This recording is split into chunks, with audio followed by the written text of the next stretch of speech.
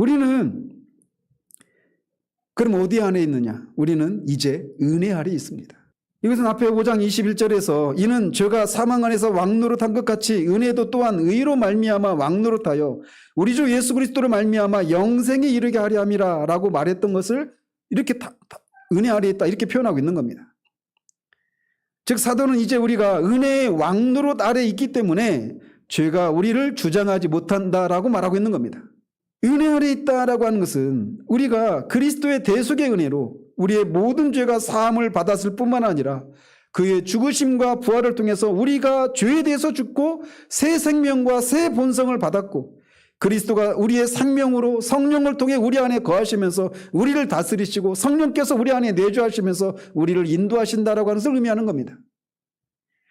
더 나아가 우리가 율법 아래 있을 때와 달리 우리가 언제나 하나님께서 우리를 이미 받으셨기 때문에 우리의 행동으로 하나님의 인정을 받고 사랑을 받는 그런 체제에 있지 않다라고 하는 것을 의미하는 겁니다.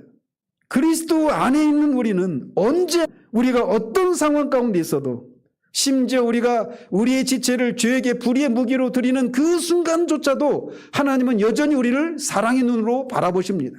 다만 아프실 뿐이죠. 그래서 우리에게 하나님의 임재를 거두어 가실 수는 있지만 그럼에도 불구하고 하나님은 여전히 우리를 사랑의 눈으로 보신다라는 겁니다. 그리스도를 바라보시는 것처럼 항상 우리를 바라보시는 거예요. 그게 그리스도 은혜 아래 있다라고 하는 것을 의미하는 것 중에 하나입니다. 더 이상 우리가 무엇인가 하는 것을 통해서 하나님이 우리를 사랑하셨다가 또는 싫어하셨다가 미워하시고 이런 체제가 더 이상 우리에게는 해당되지 않는다라는 것이에요. 우리가 죄를 회개하고 의를 위한 순종을 함으로써 비로소 우리를 향한 하나님의 사랑이 다시 회복되는 것, 이게 아니라는 겁니다. 여전히 그 하나님의 임재와 사랑을 느끼지 못하고 있는 그런 순간조차도 하나님은 여전히 우리를 사랑하고 계시는 거예요. 하나님에게 그리스도가 언제나 이는 내 사랑하는 자요 내 기뻐하는 자라고 그렇게 보시는 것처럼 그 그리스도처럼 우리를 보시는 거라는 말입니다. 이게 우리가 은혜 아래 있다라고 하는 것 중에 하나예요. 오히려 우리가 연약할수록 하나님은 우리를 더 사랑하십니다.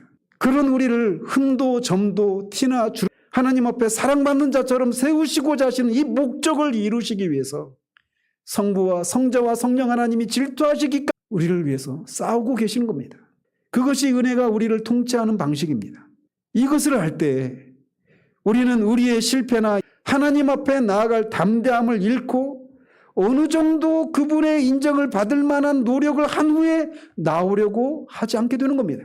우리는 사도 바울이 고린도후서 12장에서 고백하고 있는 이 비밀을 알아야 돼요. 자신에게서 사단의 가시가 떠나가기를 3번 간구했지만 하나님이 응답하시지 않고 연약함을 통해서 주님의 강하심이 온전하게 된다라고 하면서 네 은혜가 족하다라고 하시는, 그래서 그런 놀라운 기도 응답을 받고 이제부터는 내가 내 약함을 자랑한다라고 말했던 이 사도의 고백이 우리의 고백이 되어야 합니다. 우리는 얼마나 많은 경우에 하나님 앞에 제대로 살지 못하는 우리들의 그런 모습, 연약한 이런 모습들을 인해서 이러니 하나님이 나를 기뻐하시지 않고 이런저런 삶의 어려움들을 주셨지 이렇게 생각이 돌아갑니까? 그러나 기억하십시오. 하나님은 우리가 예수 그리스도를 믿었다라고 하는 그 말은 우리가 이미 율법 아래 있지 않고 은혜 안에 있다라고 하는 것을 말해주는 거예요. 하나님은 우리가 예수 그리스도를 믿기 전에도 우리를 사랑하셨습니다. 우리를 향한 하나님의 사랑은 창세전부터 그리스도 안에서 나타난 사랑이었어요. 그래서 하나님을 대적하며 살았던 그 시간에도 하나님은, 하늘의 사냥개신 하나님은 끊임없이 우리를 추적하시고 우리를 추적하고 오셨던 겁니다. 우리를 사랑하셨기 때문에. 그리고 우리가 예수 그리스도를 믿음으로 말미암아 우리가 하나님의 사랑을 받는 하나님의 자녀가 된 이후에 우리는 시간을 살아가면서 비로소 우리가 죄에게 불의의 무기로 우리의 지체를 드리지 않는 이런 일에 우리가 할 수가 없는 사람이라고 하는 것을 나중에서 깨닫죠. 그리고 내가 이것밖에 안 되는구나, 이걸 보고 우리가 놀라지 않습니까? 우리 자신에 대해서. 그리고 실망하지 않습니까? 그런데 하나님은 그런 우리를 이미 알고 계셨습니다.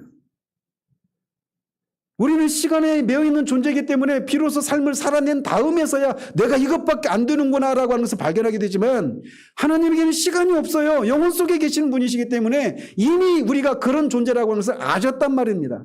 그런 우리들의 모든 것들을 그리스도 안에서 다 받으신 거예요.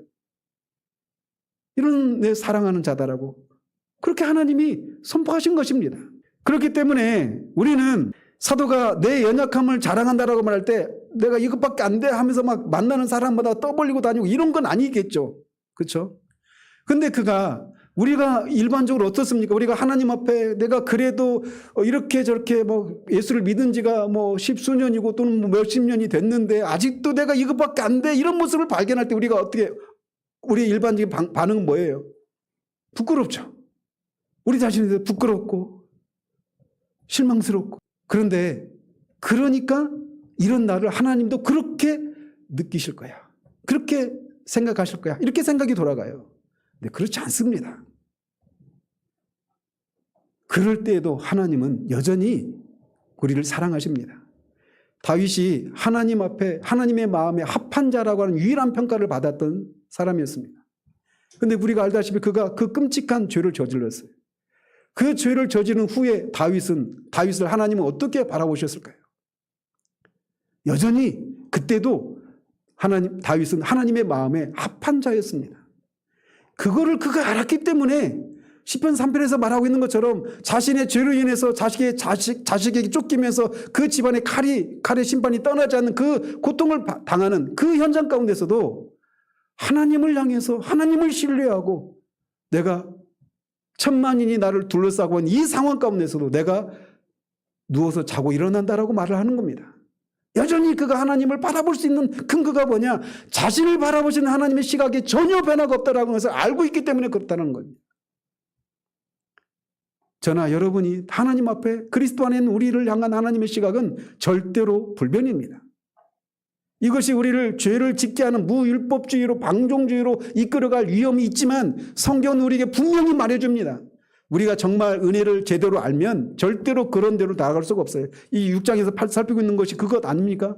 우리가 은혜를 더하기 위해서 죄 가운데 거하게 되느냐, 어떻게 그런 생각할 수 있느냐라고 하는 것이 사도의 논증 아니에요? 그렇기 때문에 우리는 우리의 연약함을, 우리의 실패를 발견하면 그것 때문에 우리가 스스로 뒤로 물러가서 내가 하나님 앞에 뭔가를 좀 어떤 자격을 갖추고 하나님 앞에 나아갈 면목을 좀 세운 후에 그렇게 나와야지 이런 생각을 가지시면 안 됩니다. 그때도 여전히 하나님이 그리스도 안에서 나를 이미 받으셨다라고 하는 것을 기억하시고 믿음으로 하나님 앞에 나가십시오. 그러면 하나님이 사유하신 은혜를 주십니다. 하나님과의 관계는 제가 누차 말씀드리죠. 하나님과의 관계는 사람들과의 관계로 반영됩니다. 하나님과의 관계 속에 우리가 율법 아래 있지 않고 우리의 행위로 하나님의 사랑과 인정을 받는 이 체계 아래 있지 않고 우리가 은혜 아래 있어서 우리가 이미 하나님의 사랑받는 자녀로서 우리가 어떤 상황 가운데서도 하나님이 여전히 나를 사랑하신다라고 하는 이 생각을 가질 때 우리는 하나님 앞에 어떻게 반응하겠습니까? 내 모습 이대로 주 받으옵소서 이렇게 나갈 수 있는 거예요. 자유함이 있습니다. 정직함이 있습니다. 내 연약함을 숨기려고 하지 않습니다. 하나님이 다 아시니까. 그래서 하나님과의 관계 속에 자유함이 있는 거예요. 그런데 하나님과 이런 관계를 누리면 사람들을 향해서도 그렇게 나타나는 겁니다. 하나님 앞에 정직하고 자유한 사람은 사람들 앞에서도 정직하고 자유합니다. 그래서 스스로 내가 어떤 사람인가를 하나님 앞에 들키지 않으려고 끊임없이 긴장하고 어떤 그런 자유함이 누리지 못하는 이런 모습들이 사람들과 관계 속에서도 내가 이런 말을 하면 이런 행동을 하면 저 사람이 나를 어떻게 생각할까 온통 여기에 사로잡혀서 뭐 하나 행동하려고 해도 조심스럽고 노심초사하면서 막 그렇게 전전긍긍하며 살아가는 거예요. 기억하십시오. 하나님 앞에 우리가 그리스도 안에서 이미 사랑받는 자녀로 받아들여졌다라고 하는 이 사실을 기억하십시오. 그리고 이것은 우리가 어떤 상황 가운데 있어도 이런 우리를 향한 하나님의 시선은 결코 바뀌지 않는다라고 하는 것. 그리스도 안에 나타난 하나님의 사랑에서 끊을 수 있는 것은 아무것도 없다라고 하는 것을 기억하십시오. 그리고 그것이 보이는 형제들과의 관계 속에 반영되는 우리들 되기를 바라요.